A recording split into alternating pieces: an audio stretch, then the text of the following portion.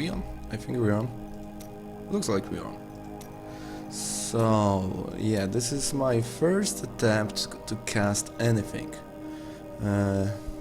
I just installed a new program. I found an old microphone in my locker. I switched it on and, well, let's see how it goes. So we're doing it live. Well, I'm doing it live. You're probably gonna watch the recording. Yeah, let's go. So, well, the idea behind it is I want to do something specific with my free time. Like when you play the games alone, you just kind of. I actually got kind of feeling I was wasting it. So this is my attempt to do something specific with it. To just change the waste of my time that I do playing games to actually build some positive on it. So yeah, this might take a while. I just needed to change my settings from the language so you all understand what I'm talking about when I talk about skills, items, things like that. I'm not gonna tell you what language I was using before, just because. But I am gonna tell you I'm on a European server. So yeah, I wanted to show you my hardcore mage. Well, my build, my idea for a mage that well, it's working pretty well on hardcore. Torment 3 right now, as you can see. Well, he's still pretty young, and there are still a lot of items missing. But well, I got the two main items for the build, so well, let me just show it to you anyway. So the basic thing, the main thing in this build will be Polarises. So the idea over here is that we won't die because basically the monster will not get enough chance to hit us. We want to lock them in a complete stun. So yeah, this passive skill is the main treat here. This is must have. Galvanizing Wizard is just, well, for additional protection for the ones that will actually get to me. But I wouldn't say it's so necessary. Unwavering will work well, very well with the skills I am using to this build, because I will not run around much. So this extra defense, this extra offense that I get from it, well, this counts for a lot. And the unstable anomaly is, well, just to keep me safe. In case I screw up, it gives me another try at it. So yeah, the main thing, the main skill you will be using is Electrocute. So, well, I guess that is quite obvious. Electrocute with Chain Lightning, so you can hit as many people with this, as many monsters with this lightning as you can. And with addition, over here I will show you the two main items in this build that I think make Electrocute work really well. First one is Velvet Cameral. Well, like I said, I'm just learning those names as I'm used to seeing it in my native tongue, so bear with me if I make some mistakes. Well, the first helmet just basically double the number of electrocute jumps, which, well, right now I think it sums up to 20 for me, because yeah, I'm hitting up to 2 additional enemies. Well, with the Chain Lightning rune, I can get it up to 10. With the helmet, I can get it up to 20. And another very important item is the orb, which basically allows the electrocute to jump back to an enemy it already hit. This means that, for example, if you are fighting with 5 enemies, one electrocute will hit each of them 4 times. So this gives you a lot of damage boost. This actually makes it very easy to clear out the hordes, well, groups of monsters coming your way. The only thing it's not effective against is one tough enemy. But, well, we have another skill to compensate for that.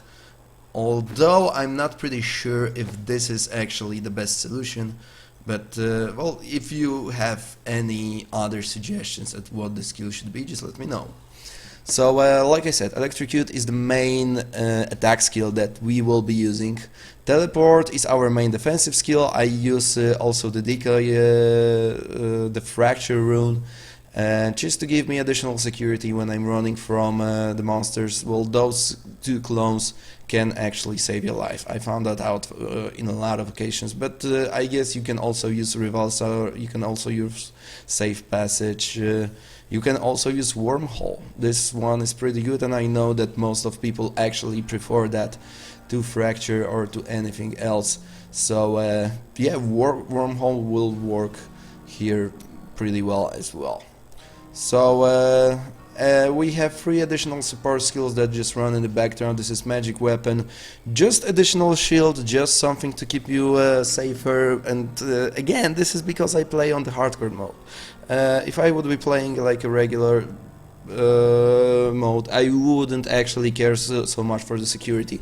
I would drop this shield for additional damage boost, I would drop this shield for some other additional damage boost, probably Glass Cannon, because why the hell not?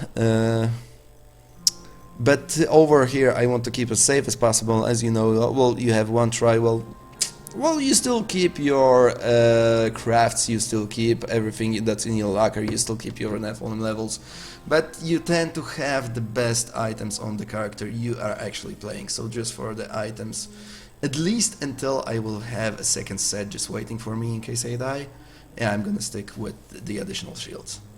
And apart from that, we go with Storm Armor. This is also very good with Polaris. Those additional lightning hits, apart from the fact that they can be pretty strong actually, they also give you those additional chances to stun people.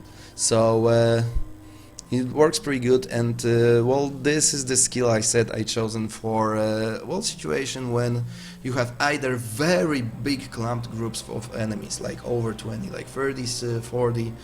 This works pretty well because this is area of effect. Electrocute, I know this is its limitation, it will hit only up to 20 enemies.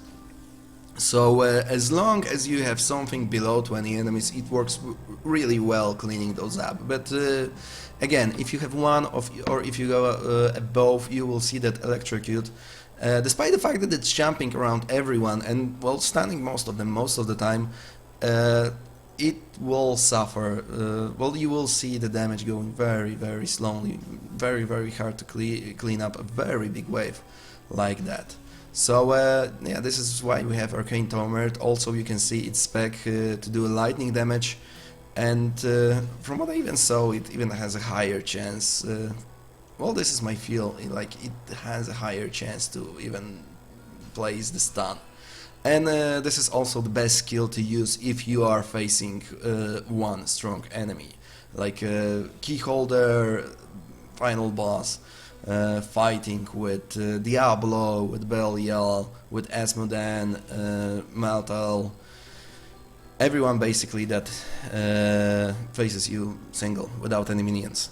This is the skill to go to. Again, this is the only thing I am still thinking that may be better, although I'm not sure. If you have another suggestion, what can bring me this is like a strong sustained damage with lightning, so I additionally get in those stuns, let me know, I'll try it out. Yeah, so this well, that would be it for the theory. Like I said, with the items, well, with the items I'm very far behind. Like you see, I don't even have the gems ready. So my idea of gems is Simplicity Strength, just to boost the Electrocute's damage, plus the heal you'll get after 25th level is just pretty great. It should keep you alive through, well, it should basically allow you to tank, even. The second one will be Gem of, well, Gem of Toxin. Let's simplify it. So yeah, the additional, I'm not so far for, well, I'm not so keen for the additional damage it does by itself, although it is nice, but more for the skill that you unlock on rank 25, that you do 10% additional damage to everyone that's poisoned. So this should be working a lot. Well, this should be working well, I'll say. Like I said, I'm not gonna edit it. This is the first time I'm actually casting. I mean, feel kind of weird just talking like that. Yeah, those 2 gems I just keep because they will become useful sooner or later, but they are not so important in the build. And the last gem I will use, of course, is the Convention of Elements, which I think is basically used by all the characters. Because, well, why not? You meet elite monsters so often on the torment levels, on the higher torment levels, that yeah, you basically will have a constant 20% increased damage bonus plus 15% damage bonus will be... well, it's always good. So yeah, but apart from that, yeah, I will need to change a lot. I do actually like the necklace I have, although I would like to find it on the 7th level. This is something I found quite early in the game.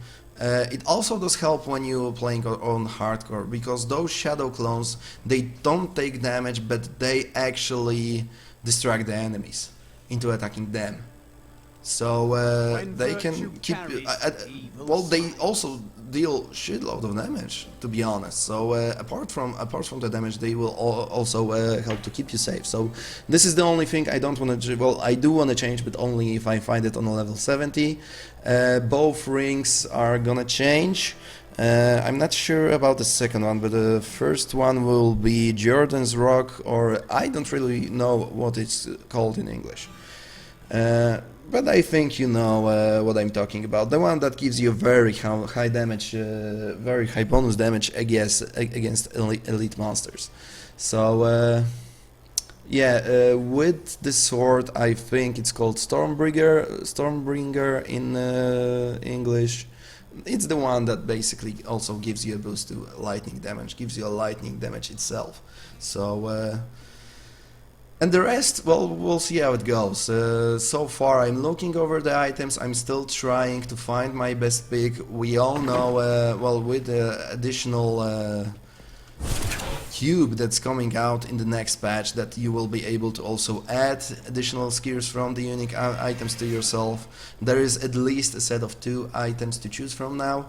So one to add the skill to yourself and one to actually wear. So yeah, I'm still looking, although with the additional skills I think that the Convention of Elements power, well, I have to say it's working pretty nice for me. Like, when you target the use of Arcane Torment with the lightning damage boost, you can clear out everything. This is just so beautiful. You see, even on the hardest boss, you see the half bar going down so fast that this is just basically amazing. Don't take that Templar with you. Yeah, but okay, sleep with all of his blathering. let's go some... oh, holy sh...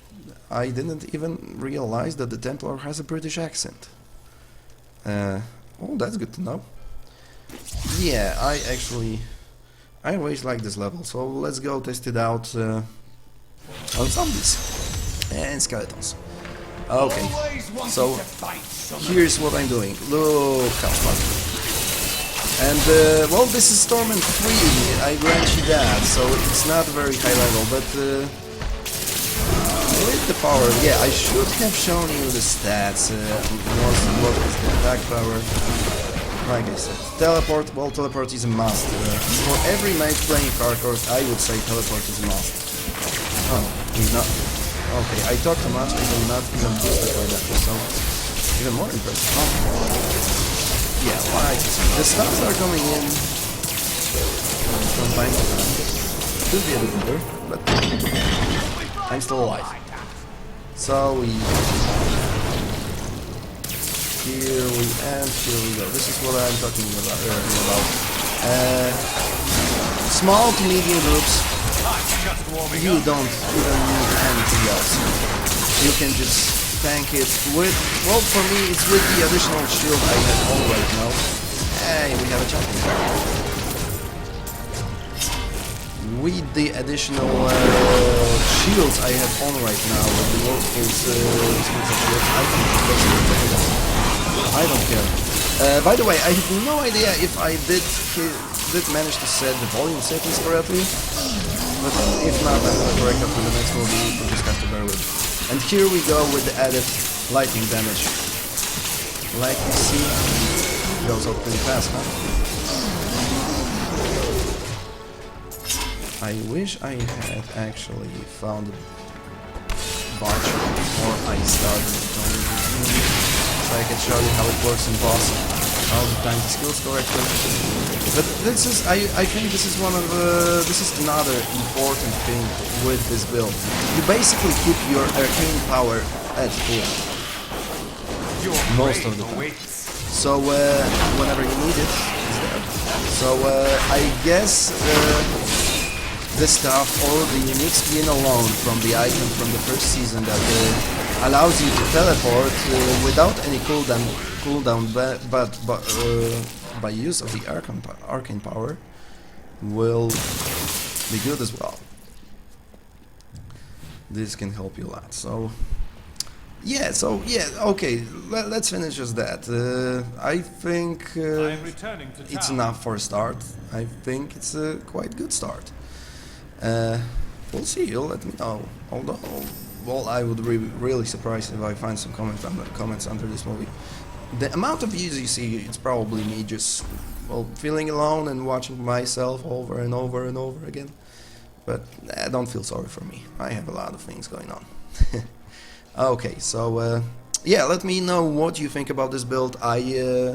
I'm sure I wasn't the only the only one who thought about it. Like with a high chance for stun, there must be at least a couple of people that experimented with that. I do agree that lightning leaves you behind a bit in damage, but well, playing as a team, it also gives you a chance for, well, your teammates to go more in damage, not to worry about their survivability, because, well, you will basically stun every living thing that is around them, so they can just jump in and clean out. Okay, so let me know, do you like it, do you don't like it, would you tweak a thing, do you have any advice for me? Also about the video, how's the sound, do I need a new microphone? Should I maybe give up? Nah, I'm not gonna do that. Screw it. I'm doing this for me. Okay, so let me know what you think, and I'll bring you another cast sometime soon, I think. I hope. So yeah.